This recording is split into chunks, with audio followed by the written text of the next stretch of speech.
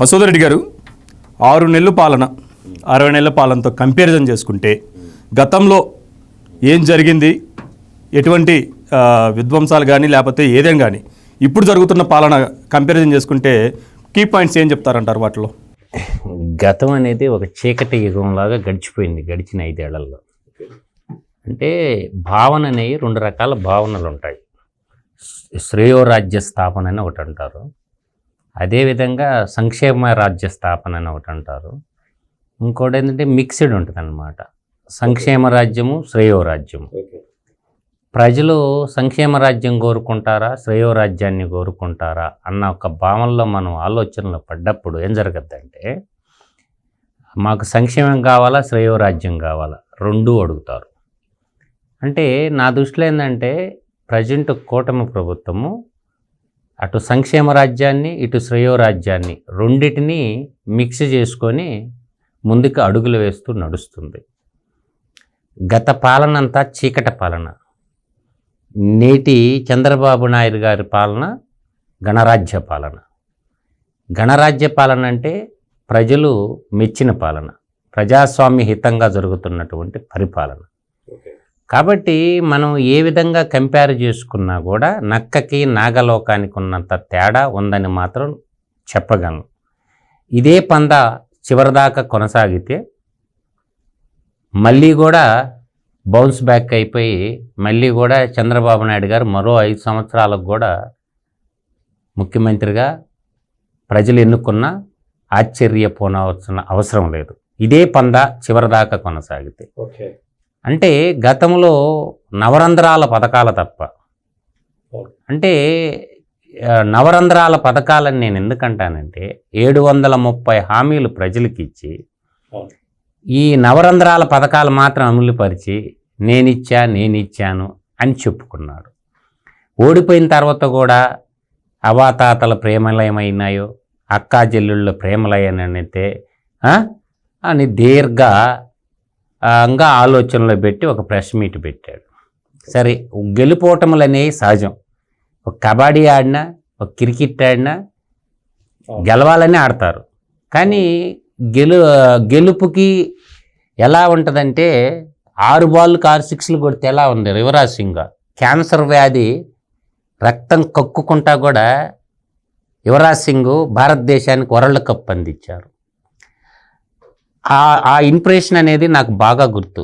అతనికి ఒంటి నిండా క్యాన్సర్ పెట్టుకొని నా జీవిత కాలంలో ఒక చిరస్మరణైనటువంటి గెలుపునివ్వాలా అన్న ఉద్దేశంతో నేను, ఎందుకంటే ఒక మ్యాచ్లో బ్లడ్ పడింది నోట్లో గుండా యువరాజ్ సింగ్కి. అమోఘమైనటువంటి విజయం, 6 బాళ్ళకి 6 సిక్స్లు కొట్టాడు. ఇంగ్లాండ్ క్రికెట్ పుట్టింది ఇంగ్లాండ్లో. ఈ ఎగ్జాంపుల్ని కంపారిటివ్ ఎందుకు చెప్తున్నాను ఇప్పుడు నీకు చెప్తాను. ఒకవైపు ఒక రక్త పిచాచి, ఒక రాక్షసుడ రాజ్యంలో రక్తం గారేటట్టు కొడుతున్నా, రకరకాలుగా ఎన్ని హింసలు పెట్టినా ఖండాంతరాలు దాటి లక్షల ఖర్చు పెట్టుకొని ఒక రాక్షస సంహారం జరిగి తీరాలని స్వచ్ఛందంగా కదిలొచ్చి ఓట్లు వేసి కూటమి ప్రభుత్వానికి బాధ్యత ఇచ్చినటువంటి ఓటర్ దేవుళ్ళందరికీ ముందు నా యొక్క తల వంచి శిరస్సు వంచి దండం పెట్టుకుంటుండే వాళ్ళకి. ఈ ప్రభుత్వాన్ని నిలబెట్టింది చదువుకున్న యువత, జర్నలిస్టులు, మేధావి వర్గం అందరూ కలిసి బాధ్యతని, చంద్రబాబు నాయుడు యొక్క బాధ్యతని కూటమి ప్రభుత్వం మీద ఇచ్చాడు. ప్రజలకి అభివృద్ధి చేయమని చెప్పి జరిగిన విధ్వంసాన్ని నుంచి పునాదులు ఏర్పాటు చేసేసి నా రాష్ట్రం ఇది అని ప్రపంచానికి చూపించమని ఒక బాధ్యతని ఇచ్చారు. ఆ బాధ్యత విధంగా అడుగులు పడుతూ ఉన్నాయి. 6 కోట్ల ఆంధ్రుల కలలగన్న రాజధాని అమరావతి నగరాన్ని పాడుబెట్టి ఒకడు శ్మశానం అంటాడు, ఏడేముందంటాడు, రకరకాల ఉంటుంది. తర్వాత కలకంట కన్నీరు ఒలికిన ఇంట సిరి ఉండజాలదు అని చెప్పారు. అమరావతి ఆడబిడ్డలో బోరుని ఏడ్చి వీధులెమ్మట తిప్పాడు. అందువల్ల ఏంటంటే ఆ విధంగా ఏంటంటే సర్వ వినాశనాలకి మూల కారణం ఏంటంటే 2019లో ప్రజలు ఇచ్చినటువంటి అవకాశమే ఒక రాక్షసుడు చెలరేగిపోవడం. పురాణాల్లో చదువుకున్నామే కానీ ప్రత్యక్షంగా మనం చూడలా. ఇప్పుడు చూసిన తర్వాత ప్రజలే చేసిన తప్పుకి పశ్చాత్తాపడుతూ సకల జనులు కులాలని మతాలని అన్నిటిని పక్కన పెట్టి రాష్ట్ర శ్రేయోరాజ్యం కోసం, రాష్ట్ర అభివృద్ధి కోసం, నా తెలుగు తల్లి సౌభాగ్యం కోసం ఏం చేశారంటే తండోపతండాలుగా ఓట్లు వేసి కూటమి ప్రభుత్వాన్ని ఎన్నుకున్నారు. బాధ్యత గల ప్రభుత్వం ఇచ్చిన హామీలను ఒకవైపు ఒకటెమిడి ఒకటి నెరవేర్చుకుంటూ, అభివృద్ధికి బాటలు వేసుకుంటూ, నిరుద్యోగ యువతకి ఉద్యోగాలే లక్ష్యంగా పనిచేస్తుంది. కాబట్టి 6 నెలల్లో మిన్నిరిగి మీదేం పడదు.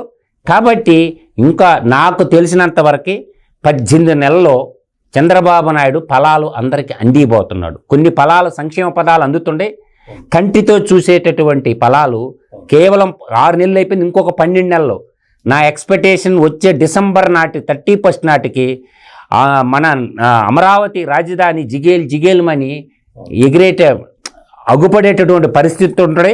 కొంత ఎంప్లాయ్మెంట్ కూడా జనరేట్ అయ్యేటటువంటి పరిస్థితి వస్తుంది. కాబట్టి తొందరపడాల్సిన అవసరం లేదు. కూటమి ప్రభుత్వం సరైన మార్గంలో శ్రేయోరాజ్య స్థాపన మార్గంలోనే ముందుకు పోతుందని నేను చెప్పగలను.